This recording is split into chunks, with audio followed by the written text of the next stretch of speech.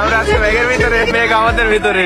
8 ঘন্টা আগেও যে ছেলেটা হাসতে হাসতে সাজেকে পাহাড়ের চূড়ায় দাঁড়িয়ে ভিডিও করছিল, আকাশের দিকে তাকিয়ে বলছিল আমি মেঘের মধ্যে হারিয়ে গেছি, নাকি মেঘ আমার মধ্যে হারিয়ে গেছে, আজ সত্যি সে মেঘের মধ্যে হারিয়ে গেল।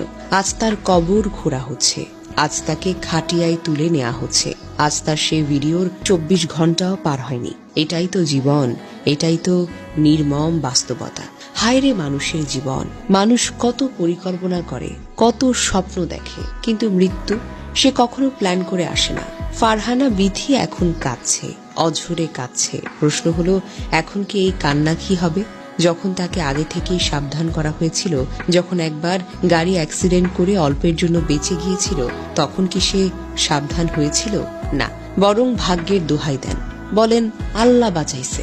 আল্লাহ তো অবশ্যই বাঁচান, কিন্তু আল্লাহ মানুষকে বুদ্ধি, সতর্কতা, বিবেক এগুলো তো দেন।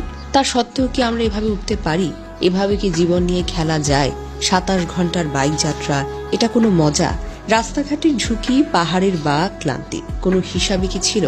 জানা গেছে ফারহানা বিথি সহ 15 জন নারী পুরুষ মিলে 3 দিন আগে রাজশাহী থেকে কক্সবাজার এসেছেন। সকালে কক্সবাজার থেকে ফেরার পথে লোহাগাড়ার চুন্তির জাঙ্গালিয়া এলাকায় গতিরোধকে গাড়ি নিয়ন্ত্রণ করতে না পেরে সড়কের পাশে সেতুর নিচে খাদে পড়ে যায় এক বাইক। পরে আহতদের উদ্ধার করে উপজেলা স্বাস্থ্য কমপ্লেক্সে নিয়ে গেলে চিকিৎসক সাকিবকে মৃত বলে ঘোষণা করেন। নিহত বাইকার সাকিবুল হাসান নাটোর জেলার সিংড়া উপজেলার পারসাতলি শেখপাড়ার বাসিন্দা মোহাম্মদ আতাউর রহমানের ছেলে। প্রশ্ন হলো, রাজশাহীর সমতল রাস্তায় যা করো, পাহাড়ি বাকি তাকে করা যায়? চুন্তির সে এলাকাগুলোর রাস্তা কেমন সবাই জানে। বৃষ্টি, কুয়াশা, খাড়া বাঁক, এক মুহূর্তে সব শেষ হয়ে যেতে পারে।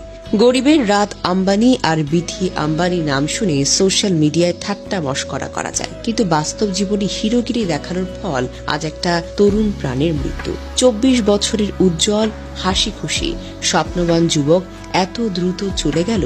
এটা কি তার সফর? এই কি ছিল তার শেষ ভিডিও? তার স্টোরির ছবি এখনো 24 ঘন্টা হয়নি, আর মানুষটা দুনিয়া ছেড়ে চলে গেছে।